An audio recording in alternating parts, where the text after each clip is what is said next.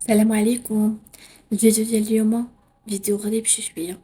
قصه اللي ما معروفاش بزاف، واللي بزاف ديال الناس مم، كانوا كيتسناو هاد القصه.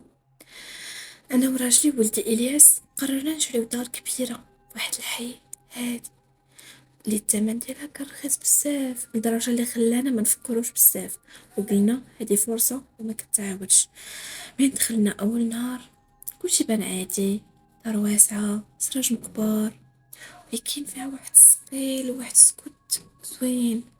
صراحة الدار كانت زوينة بزاف، ولكن في نفس داك النهار، ديك الليلة مازال وانا في الفراش ديالي ناعسة، سمعت الصوت ديال الخطوات في الصالون.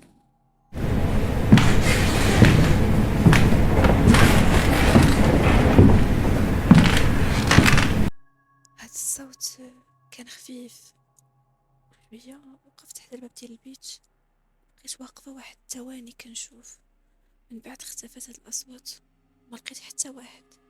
قلت يمكن غير خيال، يمكن غير شي حاجة. دازت أيام قليلة، بدا ولدي إلياس كيتبدل، ولات عنده واحد العادة غريبة، كيجلس بوحدو في البيت كيهضر. نهار سولتو مع من كيهضر، شير ليا في القنت ديال البيت وقال مع داك الراجل اللي واقف تما. انا تشمت في بلاصتي، حيت انا ما شفت حتى واحد. من داك النهار وإلياس ولا كيبكي بزاف، كيقول لي ماما راه كيقول لي هاد الراجل باش نمشيو من هنا، راه ما باغيناش نبقاو. ما نعاودش لكم كيفاش كان احساس ديالي. في نفس الوقت قلت راه واقيلا كيتفرج في التليفون، يقيلا شي حاجه غير كيتخايل ولا. بصراحه ما تيقتوش 100%. واحد النهار نيت في هاد الدار هادي اللي حنا فيها، كانت فيها واحد المرايه قديمه كبيره ومشقوقه من الجنب. نهار كنت واقفه قدامها وكنمشط شعري، تحركت، ولكن الانعكاس ديالي تاخر. عاودت نفس الحركه، وقع نفس الشيء. ومن بعد الانعكاس بقى كيشوف فيا بلا ما يتحرك، وابتسم ابتسامه ماشي ديالي. حسيت بواحد البرد كيدوز في العظام ديالي، وهربت من قدام المرايه، وقلبي كان غيسكت. ما بقيتش قادره نتحمل. مشيت عند واحد الشار كبير في السن، راجل كبير تما في الحومه، الناس كيحترموه.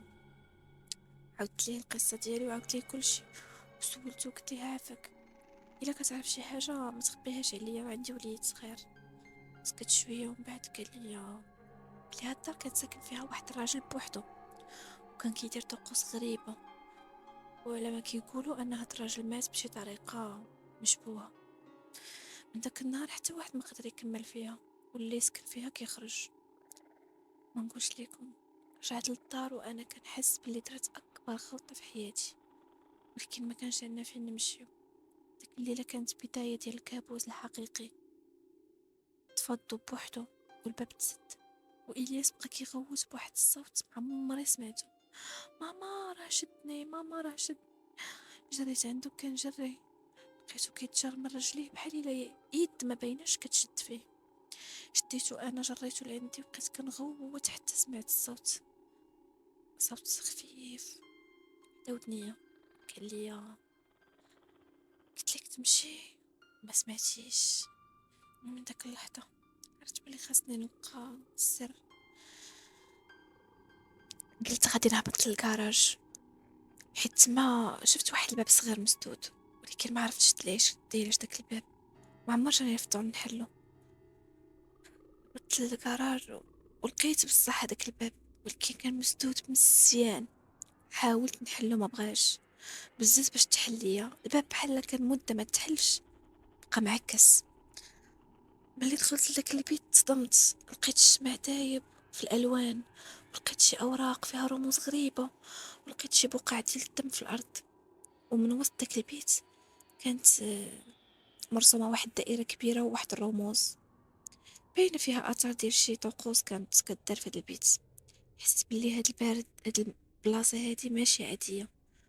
ومن شويه من ورايا حسيت بشي بشي ريح بارده حدايا.